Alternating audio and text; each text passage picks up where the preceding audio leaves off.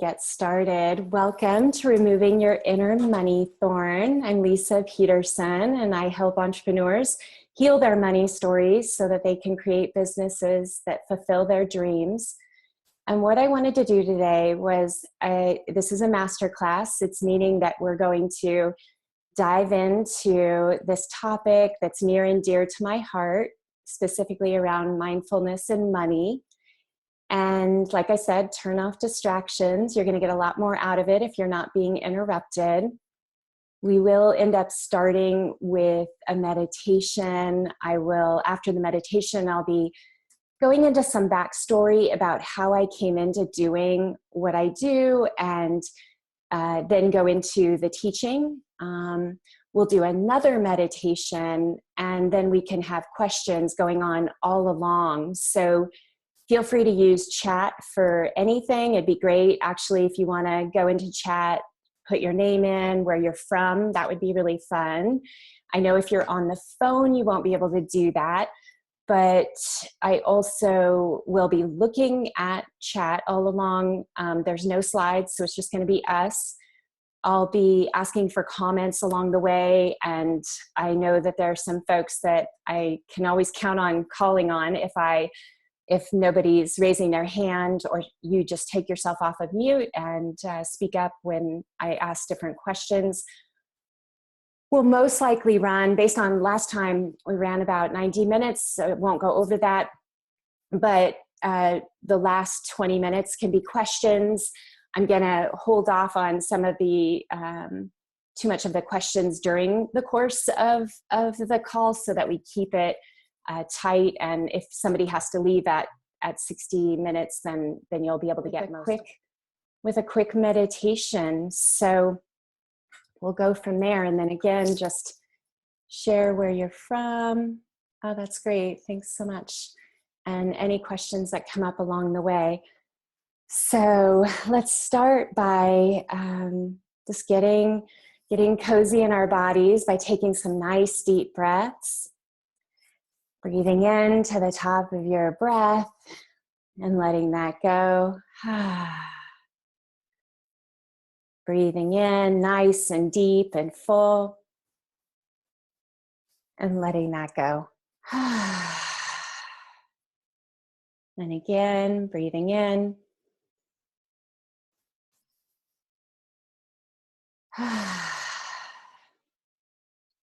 And as you settle into your body, noticing how you feel, noticing if you are in a position where you just need to let go mentally of anything that you were holding on to before you came into this call. Just noticing that it'll be there when we're done, so you can just release it and let it go now. Again, and continuing to watch your breath. You can get grounded if you have an exercise to do that. I invite you to do so. You can imagine that there's a cord at the base of your spine that goes down into the earth and mixes with the dirt and the rocks and the roots. Feeling your feet on the ground. Just really present and aware of your body, how it feels. And also letting go of that. Just allowing you to be fully present.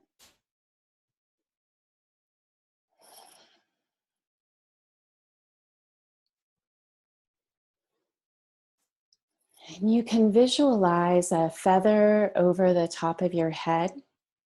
You can, whatever size, but it's super light. So you can just imagine this beautiful feather, very, very light, above the top of your head.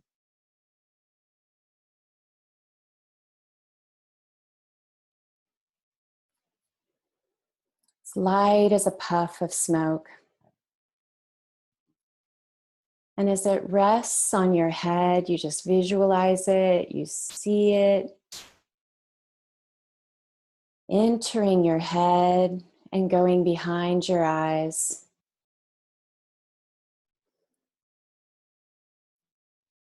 Feeling it behind the eyes, seeing it there. And then noticing that it travels down the spine, by the throat, down by the heart, behind the heart, feeling it there. And then going all the way to the base of the spine. Noticing this feather sitting there at the root chakra, the base of your tailbone. Seeing it there and taking a nice deep breath.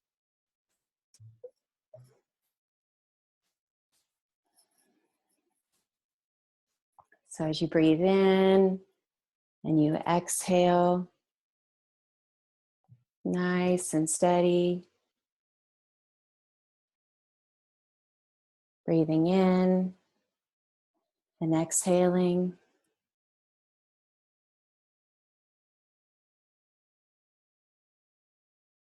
Breathing in and letting it go. And as you notice this feather at the base of your spine, just really feeling into a sense of strength and confidence, feeling a sense of vitality.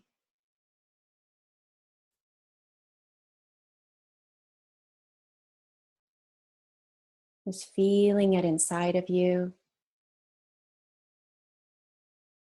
allowing you to be totally here, present now.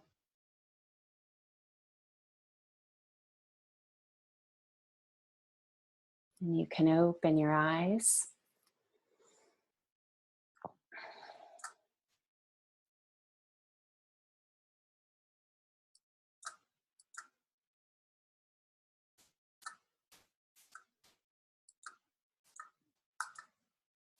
Okay. So I love doing meditation just to bring us fully present, close to our heart, opening up. And so one of the things I wanted to do is just check in, because this was so helpful the other day. If anyone is just open about what it was about the call today that they wanted to be a part of it, if they're willing to share that, it's really helpful because everybody can kind of see the commonality of what's going on for us. So you could just take yourself off mute. If you're on the phone, it's not that simple, but you could always call back in with your phone on the video portion. But anybody willing to just take a moment, just take yourself off of mute. Okay. I'm looking at you, Teresa. I know. I said, you knew I was talking about you. I know. You're so easy. You were here last week. I mean, but yeah. So why are you back? Didn't you get enough of it? Yeah, I'm back because it was just so profound, and I hesitated to comment because I actually forgot about what the aha was last week. But it was deeply profound, and I just love the analogy of the thorn. It was so powerful, and it really hit home with me about the whole chronic pain thing. Yeah, when you have this pain all the time, and you end up assimilating it just to deal with carrying on with your life, but that's not actually, serving you best. Mm-hmm. Mm-hmm. And maybe one of the things, I just saw Pandre's note about looking to remove blocks, and sometimes we don't know what the blocks are. Maybe that's what happened last week for you, is you didn't know what it was, but you found it while you were here. Exactly. Yeah. Nice. Awesome. Thank you so much. That's wonderful. I appreciate that. And I've lost your picture, so I may have you put... I'll mute myself, yeah. Talk to you later. Thank you so much. So one of the things I didn't do last week, but I realized as I was preparing for it today would be probably helpful for everyone to understand just why this topic is I'm so passionate about it when it comes to money and getting to the root cause of the challenges that we face with money. And I thought that just sharing a little bit about my backstory would be helpful Since my earliest memories, I've always been super fascinated by money. I was thinking back when I first found out about money, was pretty young, like maybe 6 years old. And I immediately started scheming for how to get more of it. I started my first business when I was about 8, and I mailed away for gardening seeds, and I got them sent to me, and I would take those seeds door to door and sell them to everybody in our neighborhood. And that led into another business of selling door to door. It's really funny. Like before I was 10, I had already done 2 or 3 different things and made money that way. It carried over into, working for my parents when they opened a business as a janitor. And I was thinking to myself, I've always had a job, even in college, except for a few months, and going and traveling in Europe after college for a few months. Other than that, I've always worked. I love work. I love making money. It's one of the most just enjoyable experiences for whatever reason. But I also, I joke about this, but a lot of times when I look at people in the money business who go into working in financial services, there is this fascination about money from a young age, and we end up in that business. I was that way. I got an MBA in finance, and I went into working in money and working with money in a lot of different ways. But what also happened is about 17 years ago, I started this super intense spiritual journey that continues to this day, that was prompted by a series of life, tragedies that just kept coming, and included helping several people that were very close to me through the death process. And during that time, I was meditating, and I was teaching meditation. But one of the things that I got really good at is I kept my career totally separate from my meditation. And that would be including this relationship with money. I didn't really know how to dive into it. The teachings that I was studying in the beginning were Buddhism. Eventually, I started studying just all the major world religions, and eventually other teachers that came into my life. But none of them, pretty much none of them, taught about money. And so I just kept it separate because I didn't really have any guides to help me with this stuff that we're talking about today. And so what ended up happening is like I said, I kept things separate, but I always wanted to bring them together. Like, I think deep inside of me, I knew that it was all moving in this direction. And I started thinking, well, can I test these things? How can I get closer to it? But when I started this company, WealthClinic, 3 years ago, I started it because I was so fascinated, and I had some early reads on the fact that if I could get to the root cause of the challenges with money, then I could help people, I could help myself, and it was so much better than doing what I did as a financial advisor, which was I would just help people with what we'll learn about, which is the symptoms. I would help people with the symptoms, but I was never getting to the root cause of the problems that they were facing when it came to money. And so that's what we're going to be diving in today. The other thing that happened to me is when I became a financial advisor in like 2010, I started asking some of my clients on the side if they would talk to me about their life stories as it pertained to money. And to this day, I don't totally know why that came to me, but I sat down with about 10 different people over a span of a couple months. And then I gathered all this information. These were many times people in those conversations told me that they had never talked about money with anyone ever before in the way that we had talked about it. And there were a lot of breakdowns. There were a lot of tears. There was a lot of emotional stuff that came up in those conversations. But mind you, I didn't know what I was doing. I had this, mindfulness practice. I had been teaching meditation, but I was not really skilled in asking these questions. I just did it. So what changed my life was about 2 to 3 months after I had these meetings with everybody. I started noticing that everyone I had met with was making some huge changes in their lives. Like one person quit their job, another person left their marriage, another person, and they hadn't said that there were problems in our meetings. So I knew, that there was transformation happening for people as they unlocked their money story. There was so much healing happening that they would ultimately make huge changes in their lives. And I was witnessing it, and most of them didn't come back to me. I just figured out that if they could all be making those kinds of changes, it wasn't a coincidence. So I started putting two and two together. And so it was big, because I think it was kind of like that moment where I thought, this is big, and there aren't that many teachings out there about, especially at that time, about what we're talking about.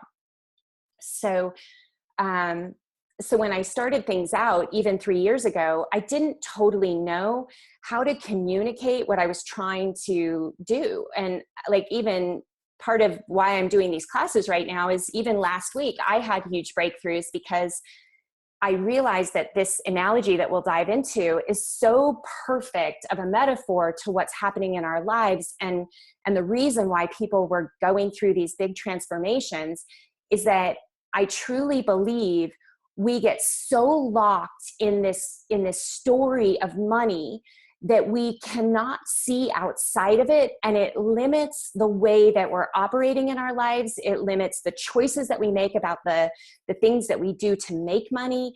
It limits our relationships with other people. Like, it's huge how much this is affecting our lives. And so I hope that kind of helps you understand where I'm coming from and sort of what led me to today's conversation.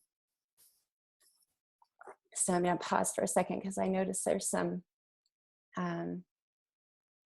interesting. This is great. Please do continue to share, because this is really helpful in the chat. I love that. Thank you, Andre. So many similarities for many of us, and I hope that those will keep coming up for everybody. So today's conversation was inspired by a chapter in Michael Singer's book, The Untethered Soul.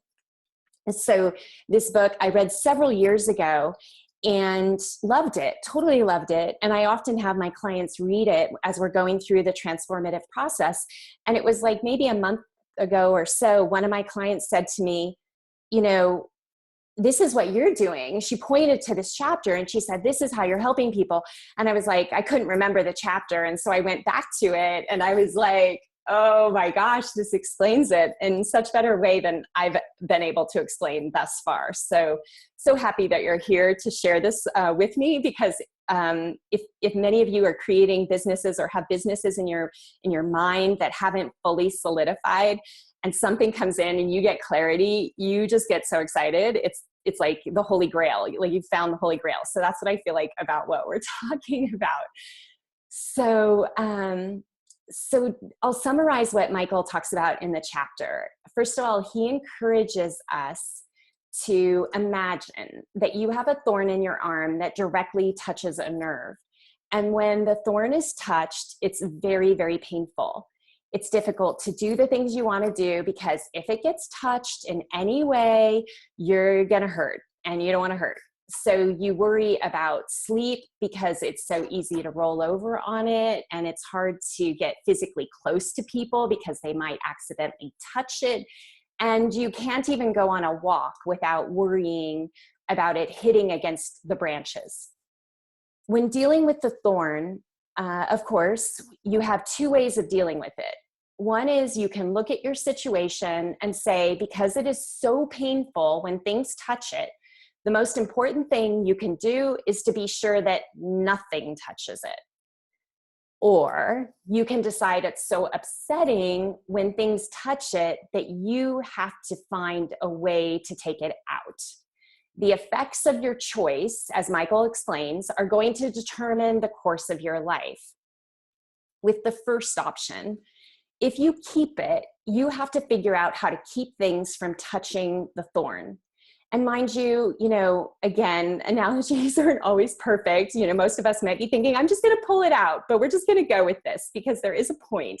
Like, sometimes we don't know maybe that, where the thorn is. If you've ever stepped on something and it's lost in your foot, you want to get it out, but you can't find it. You can use whatever analogy you need to help you here. But what he's saying is this idea of keeping things from touching the thorn becomes your life's work.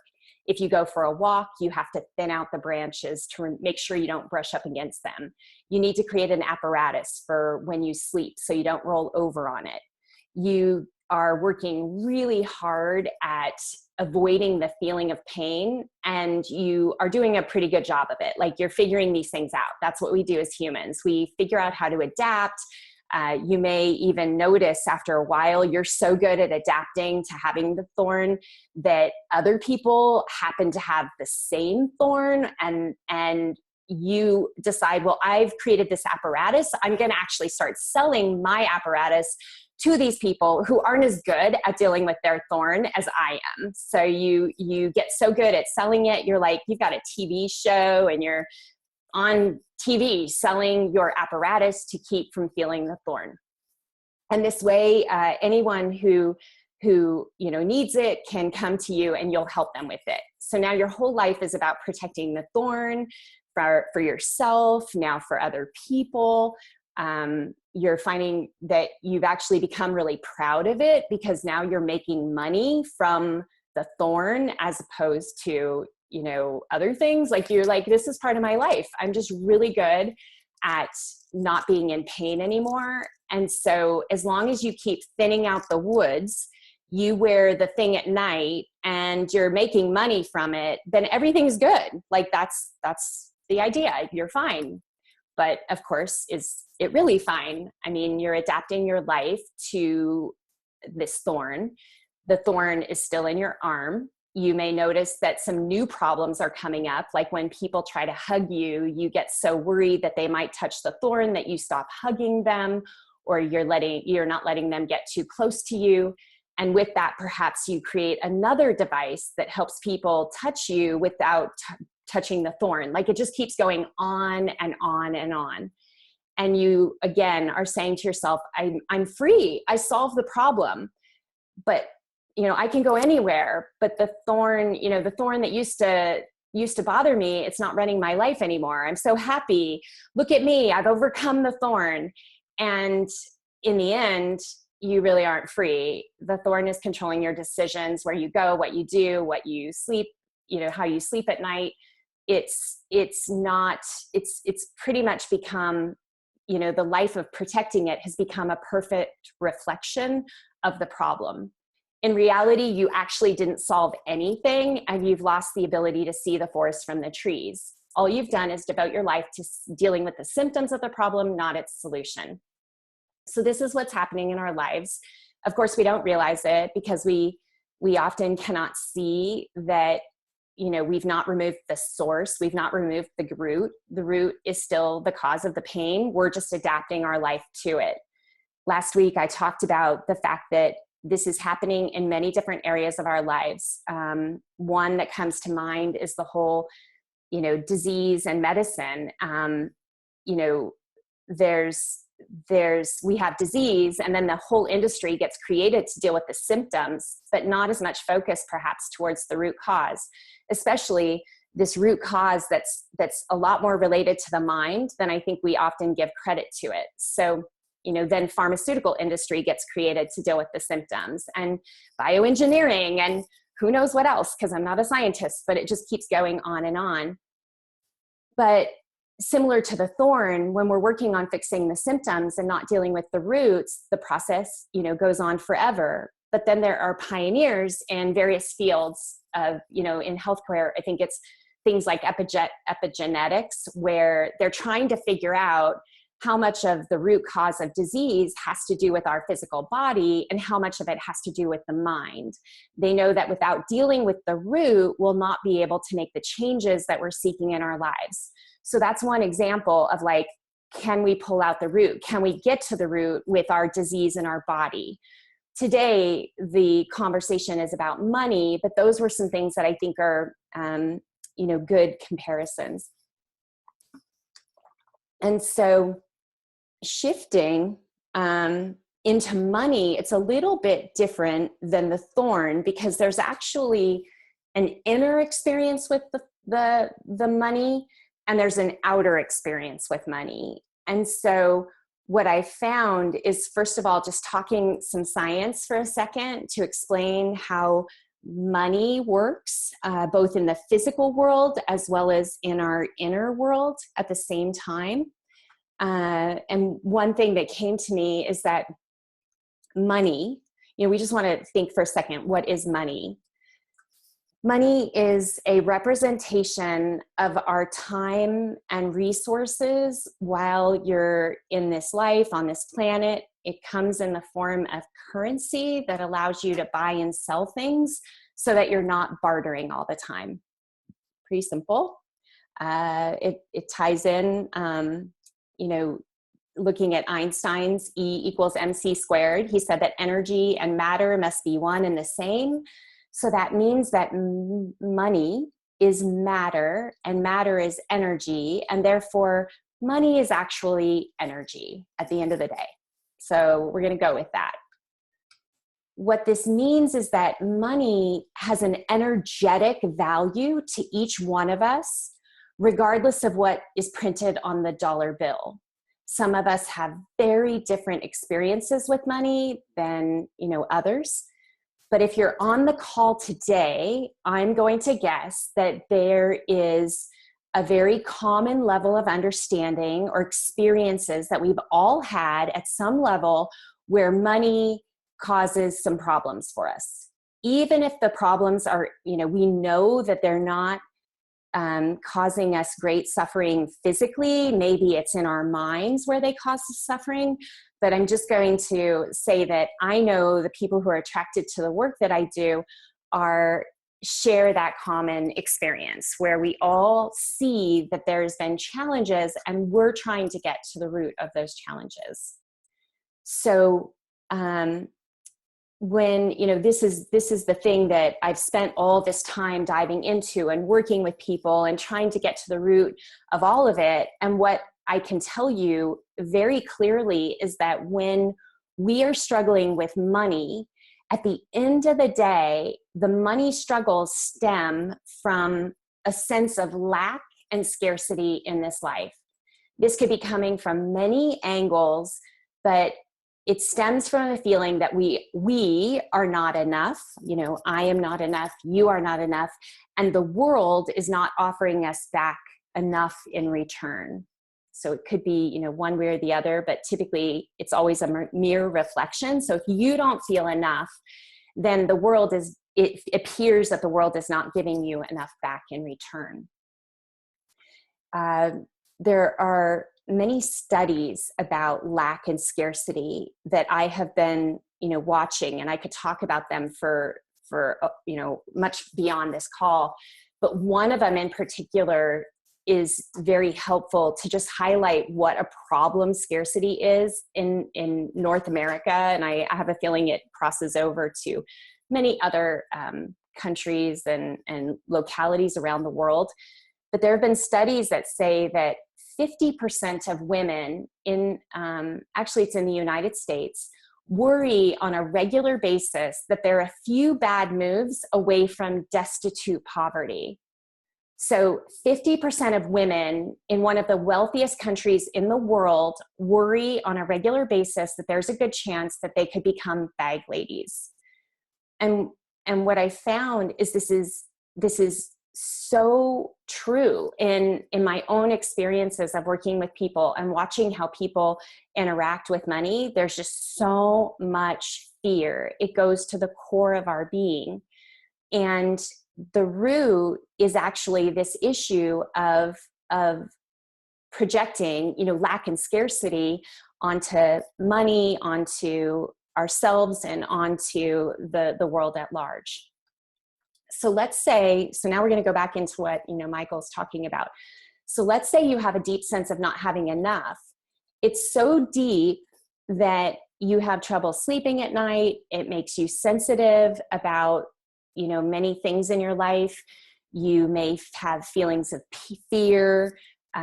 you focus on losing your job, or your business not being successful, or, problems coming up in your relationships. For each of us, it may be different, but some of us worry about, people and how they look at us if we have it or we don't have it. Some of us are really plagued by having a lot of debt, for example. That there's so many different conditions that we find ourselves looking at with money. And what I'm saying to you today is that these are all symptoms of the greater root. The problem is that we have been building lives that are just like that thorn, where we're so focused on the outer experience. And mind you, the financial services industry is structured in a way where it plays off of these fears of lack and scarcity. So the messaging of, anything from investing to saving money, or buying an insurance policy, or buying an annuity, or buying any kind of financial instrument, typically those are all oriented to be sold off of your fear of lack. Now, if we go back to the thorn, we're going to think to ourselves, well, that kind of sucks, because I buy those instruments, I buy those things, I save my money, I do all the right things. But if this is true and the root is lack and scarcity, and I'm working myself to death to get out of this fear, and in reality, I haven't dealt with the problem no matter how hard I work, because I still have the root sitting there under the surface, then where does that leave me? And that was what I was seeing. I was seeing that no matter how much money you had, no matter how hard you worked yourself to death, that if you didn't deal with this issue, your life was not the way, it wasn't ultimately free, and it wasn't one of joy. And so I'm going to stop for a second, because I just want to check in. That was a lot. I just want to see if anybody can share anything about what's coming up for them, because this is the point of inflection that changes everything. So if you're comfortable just taking yourself off of mute for a moment, and anybody, can I call on you, Monica? Is that okay? Oops, sorry. Were you here last week or? No, I missed it last week. So that's why I wanted to make sure to catch it today. Okay. Oh, good. So a new person so what's coming up for you? You've been in the money, working with money in your blog and other stuff. So yeah. So just in working with you over the last few months, my income has grown tremendously, and I feel that I am definitely on track to hitting my revenue goals this year, and that feels great. But then I, with more money now, I'm thinking, well, what can I use this money for to invest in my business and grow my business faster? So I'm feeling like, and I still haven't paid myself yet to benefit my family from all the work that I'm doing. So I guess I'm just feeling that kind of, pull of the money's coming in now, which feels fabulous. I love it. I love making money, just like you were saying. And, but then, I guess I'm feeling like, do I hold on to this so that I can invest it, back into the business so I can grow? Do I pay myself and, risk not having that money available to reinvest? And so that's where I'm in that kind of struggle right now. Yeah. And there's kind of two parts to this. This is great, because you're kind of like, you have been working with me. So I think early on, we looked at the scarcity and the lack wasn't necessarily coming from money as much, but other stories of other things that had impacted your life that were root causes of things. So we cleared out the root causes and allowed you to be able to do what you're doing, which is making more money in a shorter amount of time than you ever have. So you are a living example of what we're talking about. You're just on the other side of it. And you're at the stage where it's like, okay, now practically what do I do with my money? Which is awesome. And that's actually what I want everyone to be in a position to do. So it's funny that I called on you because I hadn't thought, about what was going to come up. but for a second, this idea of the root under the surface, I'm just curious, because you have been going through some of this. When you pluck out the root, what happens in your life? Any thoughts? Well, I definitely relate to the feeling of, not being enough, the worthiness, and how that held me back from really exploring, how much value do I bring to the world, and how much then can I earn in return for giving that value.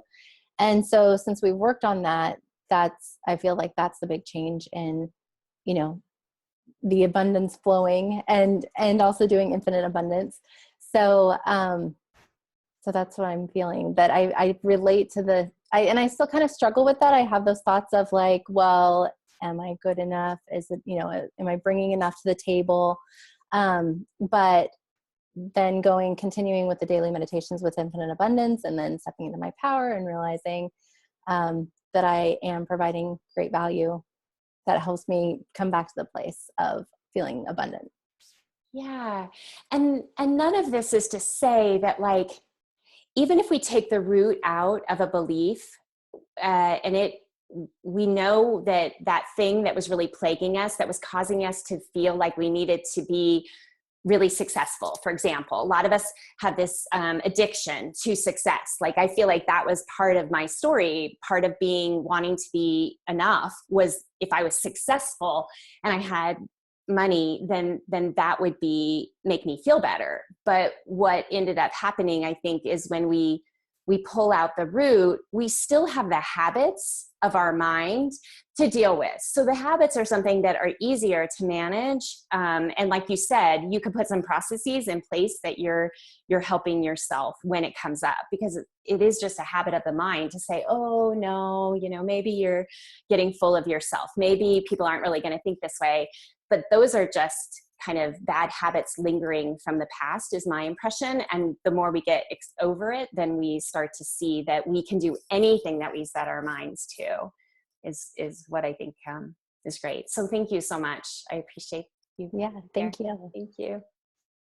So, and there are some questions coming in, and I will definitely talk about, I'm happy to answer questions about abundance and bringing more abundance in, both dealing with the root, but then after that, what do we do? So there's lots of layers to this, and I'm not going to simplify. This is my life's work, and it's not we just snap our fingers and it all gets better. But when the root cause is gone, then and we understand it and we brought it into awareness, the point is things start to shift. So here, thinking about just thinking about this money situation, like with the thorn, we have a couple choices. So, it's obvious it would have been better off to remove the thorn, to just remove the lack and scarcity. The same is true, with inner thorns. So if you choose to keep them without being disturbed by them, you must modify your life to avoid the situations that stir them up. So if you're living with a mindset of lack, you must avoid going to places where, I'm making this up, it's different for all of us, but where rich people hang out, or you want to avoid situations where you're reminded of where you are with your money. So if you're afraid of money, you're feeling lack and scarcity whenever you focus on money. A lot of times this can conspire to not looking at your checking account, not doing the custodianship of your, budgeting, and being willing to see where really big choices need to be made about how you spend your money, for example, because it's so painful. Every time you look at it, this is why many people don't want to budget, is you don't want to create a budget because you're going to have to focus on this feeling of lack and scarcity every time you budget. So the common response is don't budget, just ignore it and hope it goes away. So this sort of thing happens at many different levels. It can be it makes me feel uncomfortable, so I'm not going to invest it because I don't want to have it tied up. It just goes on and on and on. And that there's lots of different ways it can play out. So what you find yourself doing is when you live a life from a place of not enough, or another way I say it is from not being whole, you find yourself pondering what to do about your lack. What can you do to not feel scarcity? Noticing that you're not getting rid of scarcity, you're merely asking how to protect yourself from feeling it. You do this with, like I said, avoiding situations. We can use money kind of like a protective shield. So if I have lots and lots of money, then I will be safe. And I will speak on this one actually for a second, because I see this a lot and it's really helpful to notice.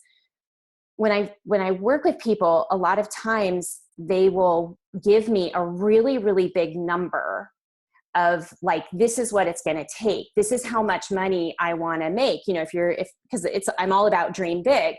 Well, I actually look at this a lot because I notice that the more distant we are from money, the more the root of not enough it's like really entrenched, is typically we come up with really big numbers of what it's going to take. It's not realistic. So in our business planning and our money planning, we come up with really big numbers because what we look at money to be is a protective shield to not feel the lack and scarcity. So bigger number, bigger shield. So you might look at that for yourself a little bit, because there are plenty of people who feel all of these things we're talking about, who make hundreds of thousands of dollars, even millions of dollars, all to avoid the feeling of lack. Okay. And I've worked with people who are very, very wealthy, and I've seen it all through. It doesn't matter how much money you have. It just is a bigger protective shield. So the scarcity again ends up running the life, and we're here to get to the root and give you some tools so that you're able to start to get familiar with this idea of removing the thorn. When you remove the thorn, what's really cool is you end up being empowered, right? You end up feeling like anything is possible, kind of like what Monica and I were talking about. In comparison, if you don't remove the thorn, you end up being responsible for everything you pulled in around yourself in an attempt to avoid it. So you get money and then you begin worrying about losing it. You pay off debt and you create more. You quit your job, but you struggle to make ends meet. You get money and you spend it unconsciously. Like, these are the things that happen to people. If you've ever seen the statistics with lottery, fascinating. I have friends who actually work in structured settlements, and they buy lottery winners from the money from people, especially when it used to just not give you the choices. So they'd buy up front and pay people out when they had a long stream of annuity revenue. And inevitably, within 2 or 3 years, most people, if they struggled with money before they got the winnings, the money is gone in a very short amount of time. And in some cases, their lives are actually worse having come into the money. So again, this is dealing with it from not with the root staying in place. So that was a lot. So, assuming everyone's here because we're looking for some strategies for shifting things, what I want to do is also mention that the journey through our money stories, like looking into our lives and really looking with full awareness of where we're at and what's happening, is so healing in and of itself. It allows us to discover ourselves in a super meaningful way. So our stories about money ultimately allow us to see who we are and who we want to be in the future. So the more awareness we give ourselves and the spotlight that we share, we show, allows it to reveal where we're stuck, what's happening, with the idea that we're going to get to the root, is going to be very healing. if we just look at it and it's stuck in like a spin cycle in the washing machine and it's just going around and around and around and nothing's changing, then that's not going to help us. So there is a difference. So to free yourself, we free ourselves by finding ourselves, realizing that we are not the pain that we feel, that you are not the parts that stress you out about money. So when we dive into looking at lack and scarcity, the first thing that we need to do is realize that this is just a feeling. Like, we have given this feeling of lack and not being enough way too much power over our lives. So if you're open to the idea that we're coming from this place of feeling like we're not enough, we're going to dive into that, into kind of a meditative process where you may even notice there's an external situation in your life. So with money, bring that to mind. And as you bring it to mind, you're just going to, again, if you've gotten ungrounded during my conversation, you can imagine that cord going from the base of your spine into the earth. Close your eyes, just get really soulful, connected to this present moment, breathing in and breathing out.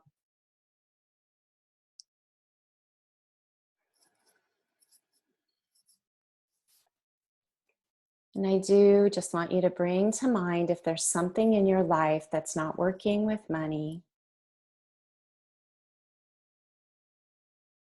And you can ask yourself, does that have anything to do with this idea of me not being enough? And it may be showing up in different ways. It may be that the world doesn't have enough to offer me. Just notice if you can see any connections to this conversation and the things that are happening in your life with money.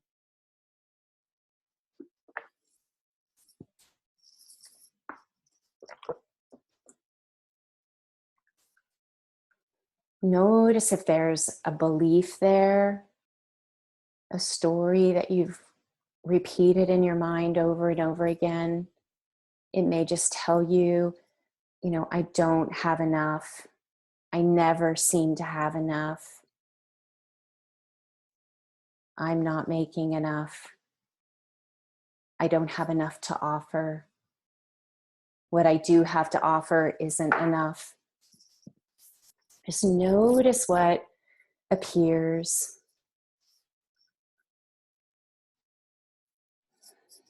Breathing into it. And as you look at this belief, I invite you to ask yourself, who is it that feels this?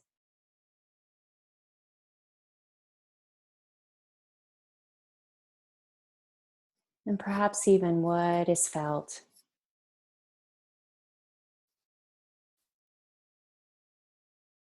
If you're coming back and you're thinking, I feel this, and you're able to connect it into your feelings, you might notice in your body, where do you hold this feeling? It could be in your heart, it could be in your solar plexus, it could be in your second chakra and the sacral, kind of in the area of the reproductive organs. Could be in your tailbone at the root chakra, which is around safety, security. Just notice where you hold on to it. And just pick one. If you might notice that it's strong in a few, but just pick one, whichever feels good to focus on. And so just noticing that you're carrying this feeling of lack.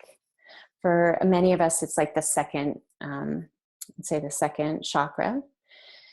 Noticing where it is. And for a moment, I just want you to take that feeling and just expand it out. So just imagine that that feeling is big, kind of as big as the room perhaps that you're sitting in or the space that you're in. notice how big, and maybe even notice it's really, really big. Like whatever it feels right, just notice how big that feeling of lack or not enough is.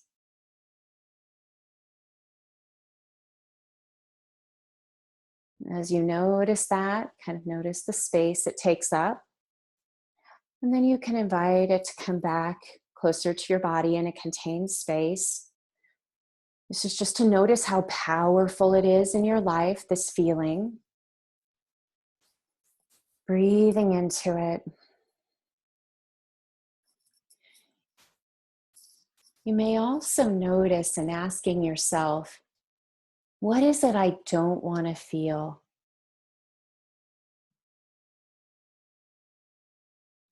As you focus in this area, you just ask yourself and see what appears. What is it that I don't want to feel? What am I resisting here? Breathing into that.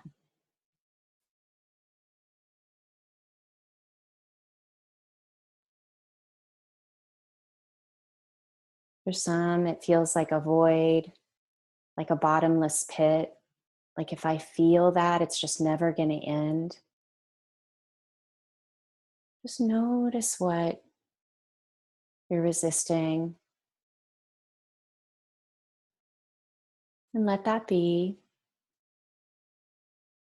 And returning to the awareness of this feeling of not enough, I invite you to shower love and compassion in the direction of this part of your body. And what that means is it could be energetically, you're just sending love bubbles to that area of your body. You can be sending compassion, like seeing yourself in a new way, almost like it's someone different. Like, wow, I am so, I'm really sad that you have had to feel this for so long. I can understand what a burden this has been for you. It's a lot of weight to carry. And I just want you to know how much I love you, accept you fully and completely for all that you are. So just showering these feelings of love and attention and appreciation to this part of you.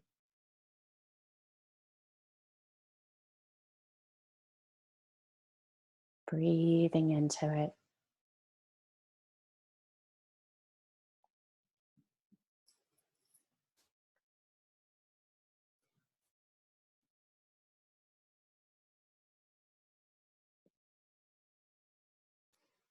Letting the feelings of lack and scarcity or not enoughness to be here now, but just receiving this sense of love and compassion without trying to push them away, without trying to avoid them, just allowing yourself to pass through you in loving acceptance. It's just a feeling. It's something that you have gotten good at avoiding, but at the end of the day, it's just a feeling. It's a part for many of us of being human. It's a part of the culture that you live in. And this is you doing the best that you possibly can throughout your life and beyond. Feel that sense of acceptance, allowance, and love.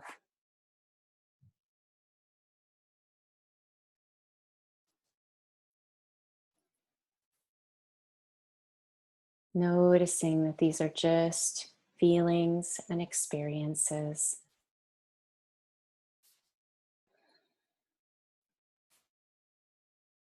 And you are the indwelling being that is aware of all of it.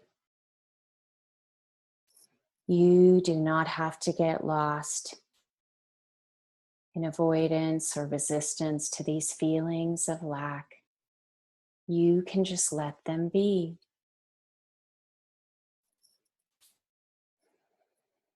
Breathing into it. letting go, surrendering to what is.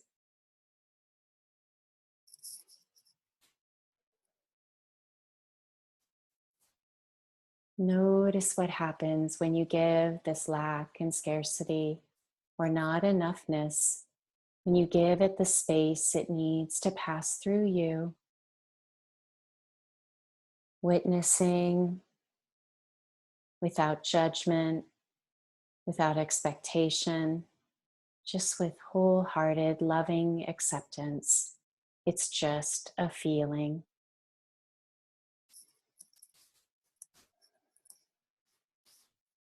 Notice that when you do not get absorbed by it, the feeling passes.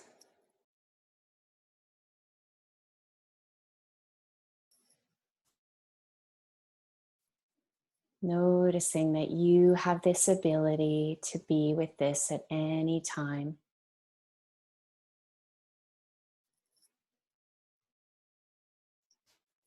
And when you're not getting absorbed in it, you can be free and open.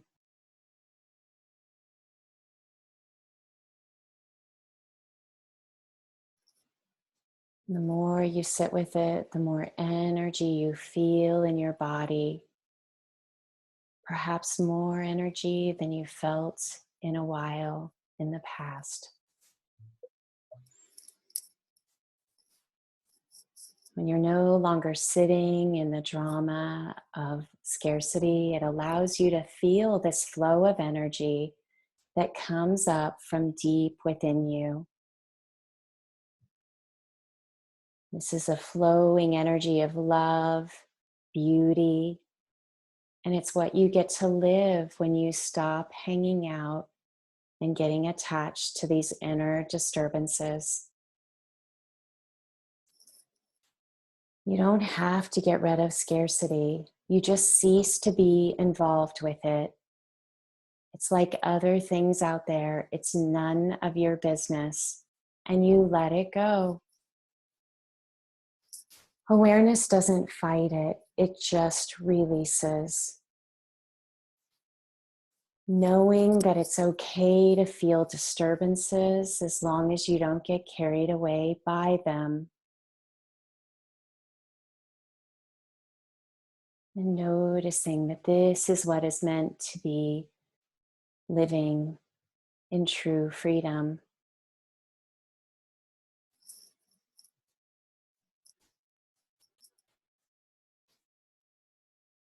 Breathing into that.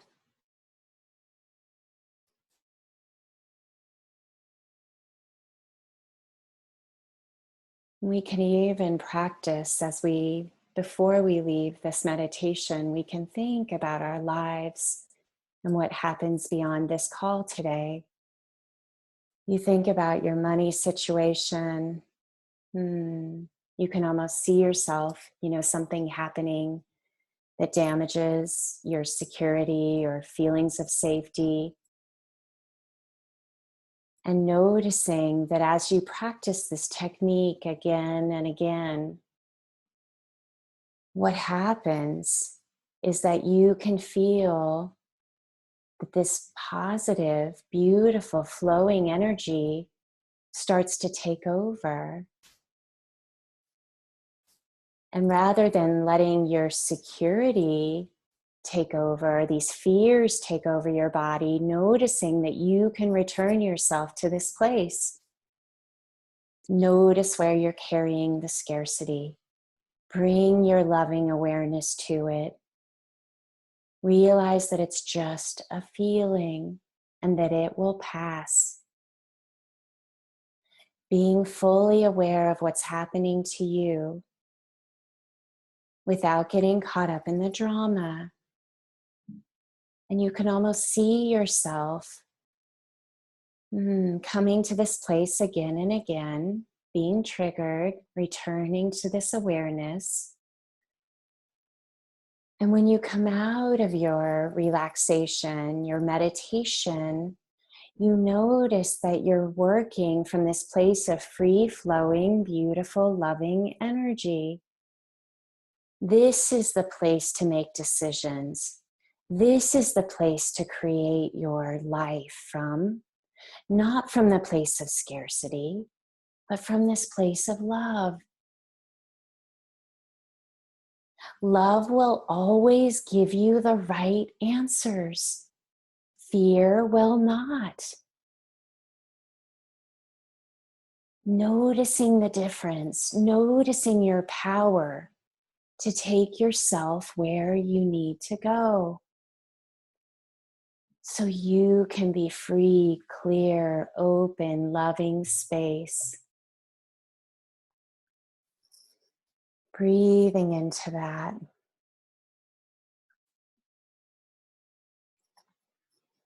Noticing the healing power of it.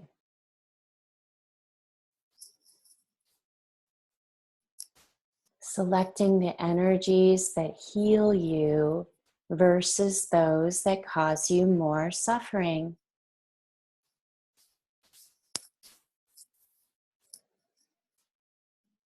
All that you perhaps never even thought was possible is all going to become possible. That's what happens when we operate from this beautiful energy.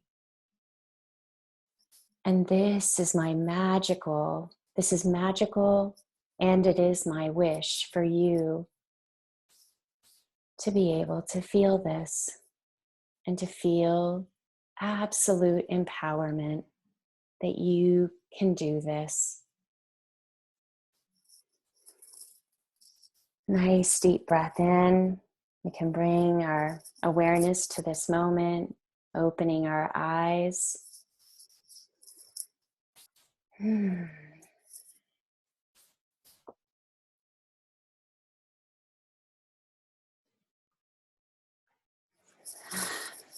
So I'd love to know, what happened for you. Anyone willing to share? Just take yourself off of mute. Be really helpful.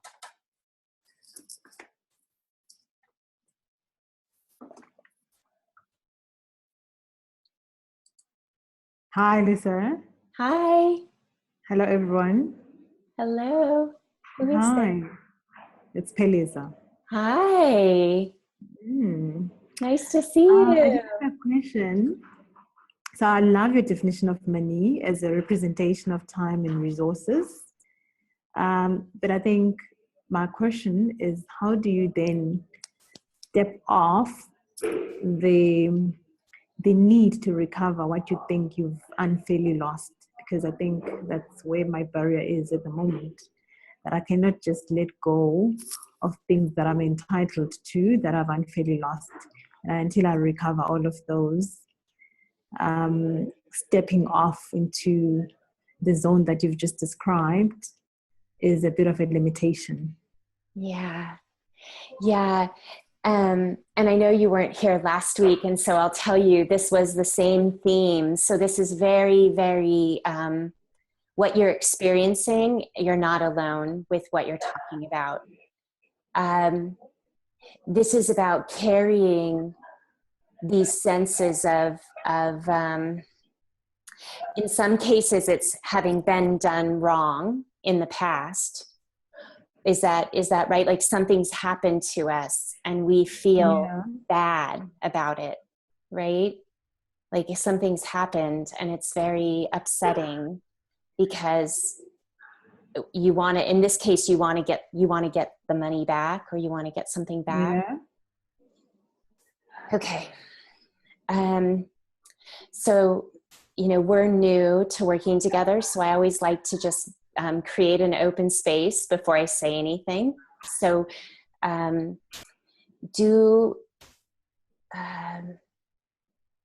one of the things that is a deep, close participant to the work that I do is forgiveness. And oftentimes we have a lot of different ideas of forgiveness. So I'm going to do what I can to tell you my idea of it, real quick. Mm-hmm. The most simple way of talking about forgiveness is that most of the time when there are people out there, you know, that we feel like we have been done wrong by, and it's not to say that they didn't do wrong to us. It's not about that at all. But what I have noticed happens in my own life, and this was a practice of mine for about 5 or 6 years, so I can speak to it at length, is that we are drinking the poison and hoping that the other entity, the other thing, the other person suffers. And that until we reach a place where we forgive, most of the time it's ourselves first that has to be forgiven before we can even do the work of forgiving anyone else beyond ourselves. Because here's the deal, most of the time, whether it's logical or not, when we have been harmed by other people, we feel like there was something that we, deep inside of us, we should have known better. We should have done something different. We should have avoided that situation. We shouldn't have made the choices that we made. Does anything there in what you're talking about resonate with how you're just looking at yourself with what happened in the past? Oh, yes, it does. But I think if there still remains scope for recovery, I think it would be irresponsible then not to explore the scope for recovery. Yes. And in pursuit of justice and fairness, even if abundance is an objective that I am fully committed to, Mm-hmm. I just think that fairness should prevail even as you step into abundance. It doesn't mean that you must relinquish and start from a zero base. As you pursue abundance and adopting a new approach moving forward. Yes. So again, everything that I work with is always going to be, how can we arrive at a place where we know how to go forward from a place of love and compassion. So, so I know that when I can get clear of whatever I'm holding on to when it comes to something like guilt, okay? Guilt is one of the lowest emotions we can feel. When we have a situation in the outer world that's causing us problems, in this case, someone who owes us money or has done something, when we are looking at them with glasses that are clogged, that they're foggy glasses, because we're so caught up in our own experience of what happened for ourselves that we aren't able to actually come up with beautiful solutions with the outer world because our perspective is skewed. So something like guilt or shame are these emotions that we feel deep inside of us that cause us to not be able to see how to handle the situation in the outer world as effectively as we actually can. There are always solutions in the practical world that appear when we get really, really clear with our own relationship with ourselves. So when I talk about the root cause of the problem, I'm saying to you that the root cause of the problem in this moment is actually guilt. It's the feeling of guilt. Now, there may be other things, but if you go and try and get justice in the world outside, and there's these feelings of not feeling good about yourself, the job on the outside is a lot harder. than it is when we're just clear. So when we look at ourselves, what's really fun, I mean, if you were to just step aside from the problem on the outside, could you see how good it would feel to tell the world one day that I have no regrets whatsoever in my life? That feeling, that's an abundant feeling, to say I have absolutely no regrets, and really know from the deepest part of our being that that's true. Do you think that would feel good? Well, absolutely. I have no regrets either. I agree with you absolutely that I actually don't feel any guilt, as opposed to rightfully going after what I've invested in, which is I think a fair thing to do considering the circumstances. I don't feel ashamed or guilty at all. I think it's something that I invested a lot of effort and resources in, and I am aware of the changes that need to happen going into the future. Okay. I just think it's also fair that the other side, becomes wrapped up fairly for everyone to carry on. So here's something that I love. What we're talking about is, I'm talking about the root and you're talking about the external situation. It's actually really good, because this is what we do. This is how we operate. We think that if we fix the external situation, the root cause will go away. And what I'm saying here today is that until you deal with the root, which has nothing to do with the outside person, it won't change, even if you get the money. So here's another thing that I will say to you is there are great exercises that I would dive into with you right now if I had the time. But I don't have that amount of time. It's something that is wanting to be revealed, or you wouldn't have brought it forth.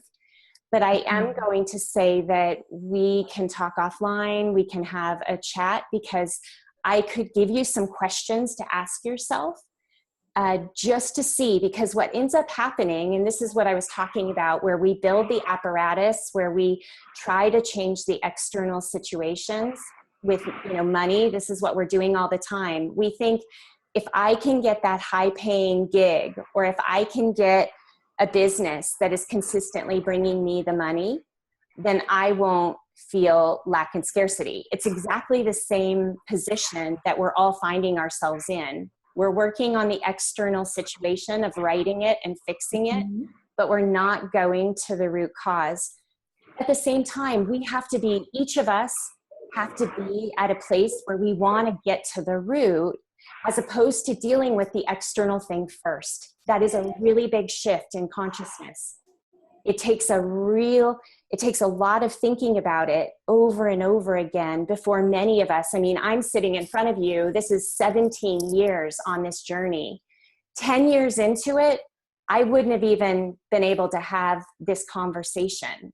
So we do not know how long the journey is going to be, but when we start to see that everything is within our power in this present moment to shift it, then we do not have to ever rely on the external world to accommodate our wishes. We get to see that we have the power starting with us. But in that moment, we have to see that the root is within us, and all things that are happening outside of us are all a reflection of these root experiences that are going on. So it's a big shift. So I'm going to go, any thoughts or any comments on what I just said? Because I absolutely agree. Absolutely. Totally. I'm so glad you're here. And I want everyone to bring this stuff up, because if we don't bring it up, we remain stuck in the washing machine and we just keep going on this spin cycle forever. So it's so beautiful that you're, bringing it here, because I promise you, this is what it starts to unravel. When this book is called Untethered Soul, it's all about untethering it all to the point where we realize that we are all one and we are all the same and we are all in this experience having the same experience, just different manifestations of it. So the untethering is this egoic experience going away. So thank you so much. I'm so glad that you're here. And so let's see.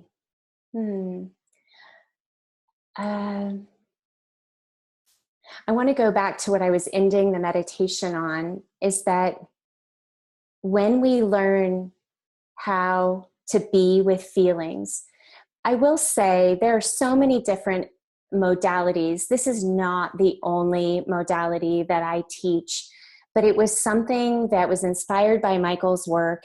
It was a practice that we could all do together today so that you could gain awareness of these feelings and our resistance to our feelings.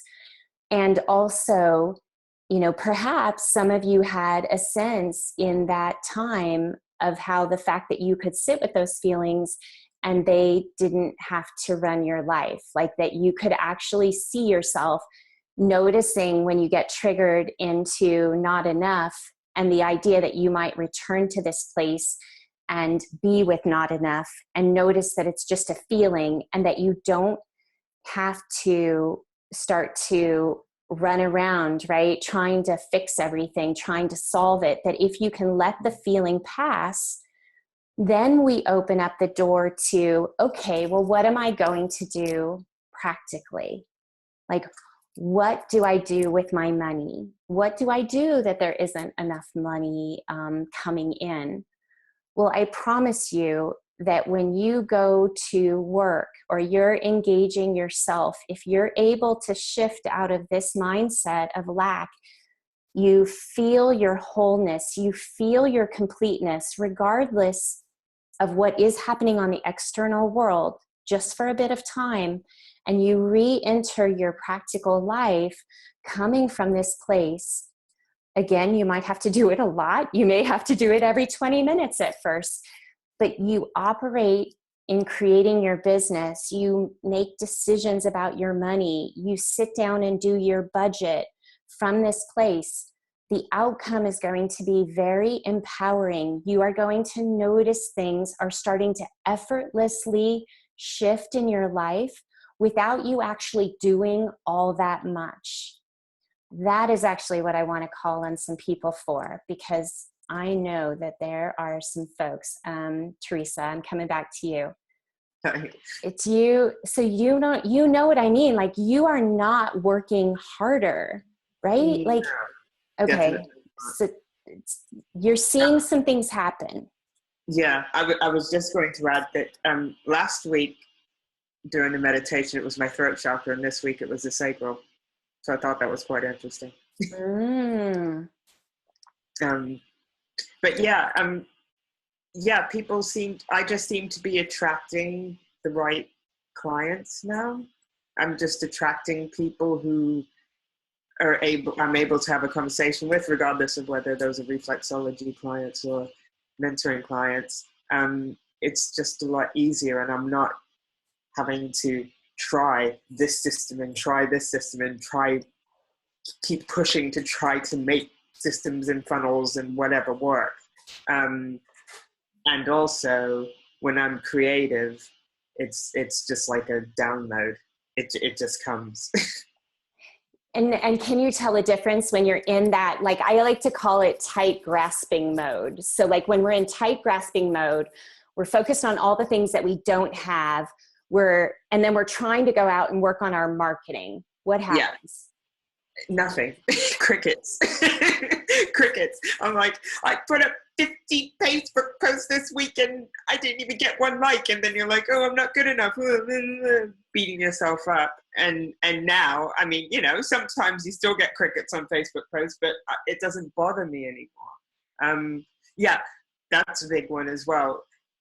I still get that, oh, there's not enough here, there's not enough, but it doesn't bother me like that anymore. And that's been a major shift. Mm-hmm. Yeah, I'm not bothered by No, no, no, no, no. And if I hear the little voice going, then I'm like, thank you for your cooperation. And now, you know, we're going to do something to raise our vibration. Yeah. Noticing your power to do something different when it isn't Absolutely. working the way. Like Absolutely. you know, I've been putting together, as you know, I've got a women's group coaching program that's going to be starting in April. And I was so focused on infinite abundance, which is several people in this program that are on the call today are in it. It's, you know, $97 program that allowed me to take what I had learned in one aspect. It's not everything I do, but it's just one aspect that helps me to show people how we can take more empowerment through the chakras. But I focused so much energy on that because I was having so much fun with it. And then all of a sudden I looked at my calendar and I was like, uh-oh, you know, like I kind of got distracted, and now my timing isn't really setting up for this new program to market it. And I went into that tailspin of there's not enough time. I'm going to mess this up. There we go again. You know, all that head garbage about this program's going to fail. And, you know, I practice what I preach. You know, after a few weeks of like spinning, you know, because that's what we do, I was like, wait a minute, you know, wait a minute. This is, I'm going down this path of not enough. There's not going to be enough time. There's not going to be enough people. There's just not enough. And I pulled myself back. And for me, it's pretty drastic. The minute I notice it, it's like absolute surrender. That's kind of how I roll now. It's like you let go completely. You don't need a sales page. You don't need this. What isn't going to be helpful? You know that you're meant to do this. You have people already signing up. And what was so funny is when I got to that place, what came to me is that I was procrastinating about the program because there were still things that I didn't know. I didn't know how to communicate. And so the creativity that came out of my surrender was, I was like, okay, I give up. And I thought, well, what does a person do when they give up, let go? Just, I mean, not give up totally, but just, and what came in was I was supposed to send a note to all of my clients and say, would any of you be willing to come onto a focus group call with me? Because I'm really stuck. Like I'm really stuck. I don't know what to do. And I need to know what it is you like that I do so that I can make sure that this program is helpful to you and to other people. Would you do that for me? And I thought maybe 2 or 3 of them would come on, and everyone signed up. Like I had like 8 people, and I was like, oh, that's too many. But it was the ultimate receiving because I let go and all this love came pouring in. And I mean, it was the most touching hour because they told me things about the work that I do that I didn't even know about. Yeah. And so then when that happened, quite frankly, I was like, you know what? I still didn't need to go do the sales page. I felt so good about it. I was like, this is going to be okay. This is going to be okay. And then new other things, and people are coming in and they're joining the program. And this is what I'm talking about. Like, I can only use my own personal experiences because I'm so passionate about living through them and seeing what happens. But this is my just recent experience of what we're talking about here, of letting go and letting creativity take over. And people and love. The world loves a vacuum. When we let go and we ask for help, many times in my coaching with my clients, it comes to a day where I'm like, you have to go ask people for help. Like, this is your journey. For the next 2 weeks, I need you to figure out how you're going to ask other people for help, because I can see how that's the thing that they're not doing. So funny that, right? That was my thing too. But this is what becomes open. When we're in lack and scarcity, we don't get those solutions in front of us. But they come when we're free, clear, open space. We see them more when we're clearer. Mm-hmm. Yeah. So this has been super fun. And thanks, Teresa, so much for being here. I'm going to put you back on mute. If you'd like to learn more about, programs that I'm offering, Infinite Abundance, you can go to infiniteabundance.life and learn more about that. You can send me an email. You can ask me about the women's group that's starting in April. But more than anything, I just love the opportunity to share this stuff with everybody. It's my life's work. It's my life's passion.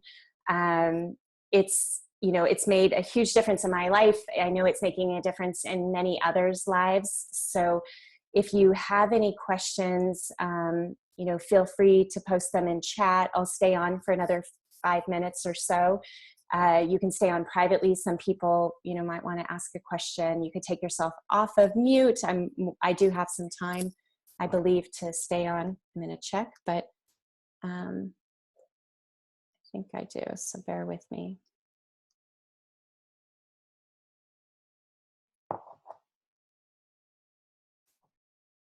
Yeah, I'm good. I can stay on for another 10 minutes. If anybody has any questions, has this been helpful to you? I mean, you can post a note in the chat. Let's see. Can you send that meditation separately? Yeah, that would be fine. I can carve that out. You like the second one, I'm guessing is what you're talking about, Andre? Off to bed. Good night, Teresa in Rotterdam. Any other comments, questions? Let me know. Thank you for being here. Christopher, what came up is the negative lack of feeling is not truth, which is how I always feel. Okay. Yeah, the second one. Great aha. Wonderful. I'm so glad. Thank you so much for being here. And again, you can take yourself off of mute. Okay, that's great.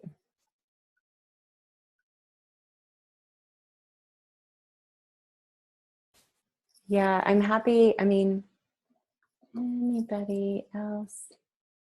Just ask a question or... Hello? Hello.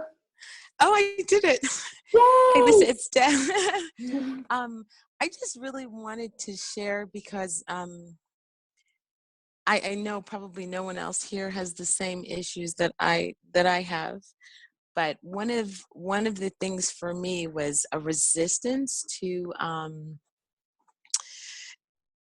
letting go of my thorn. And I probably have some others, but there was one that I think was connected, and I think I discovered a splinter today. But it really, there had to be that time and that place in me where I said, I'm going to let it go, because I could feel myself holding it and holding my story, and because it was also protective. Even though you protect it, it's also protective, because the act of the process of protecting it keeps those people away from you, keeps you from fully being in those situations. And the other thing that came up for me is that the thorn is oftentimes not the thing you think it is, which is what happened when we were working. Mm-hmm. I thought it was one thing, and it turned out to be a fifth grade teacher, which Right. was so far removed from anything that I was dealing with. And it was a really emotional moment that I never would have connected back to. But it first had to be preceded by, I so don't want this thorn anymore, that whatever I need to do, I'm ready and willing to let it go. And so that kind of was the big moment for me. And if that's where anyone else is, it was an opening to a tremendous experience. And I've been like free since then. And it was just, for me, it was last week. So I'm really finding in my own work that it's rarely what I thought it was. I know, I wish it was easier.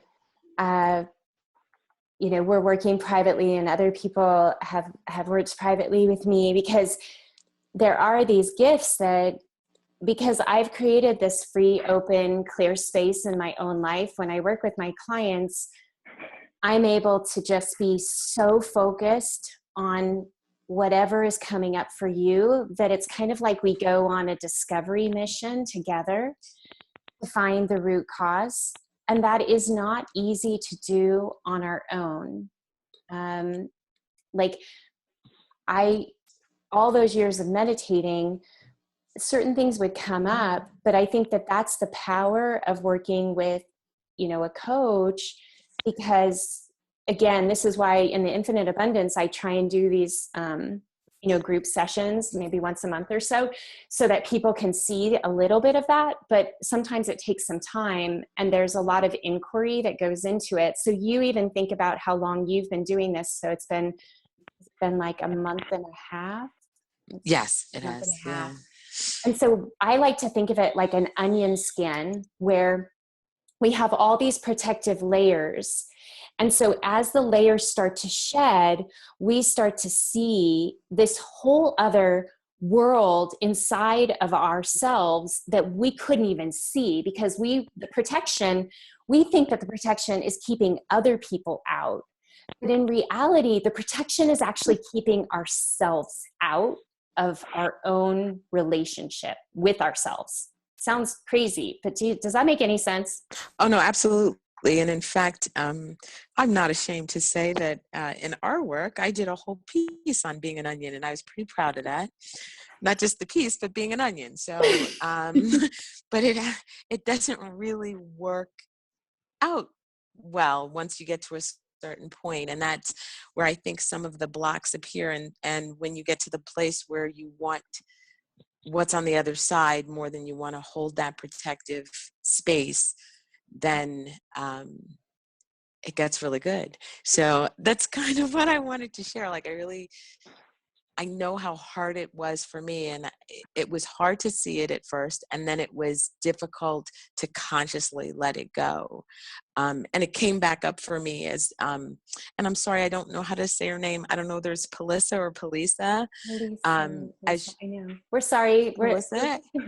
I just, as I was listening, there were just so many things that I was holding, and I just, and I could really have some feelings around that right now, but I was holding them beyond because they were mine, but because it was part of, it held me in good stead getting to that point, and getting to the place where I realized that I was so powerful that I didn't need that anymore was really liberating. And I was feeling that was kind of what you were saying, Leisa, in a different way, but I felt it in an emotional way, that I could see myself, like, and I'm one of those people that I'll march on Washington, and I'm Leisa knows this, for fairness and justice and righteousness and all of that. And some of that got in my own way.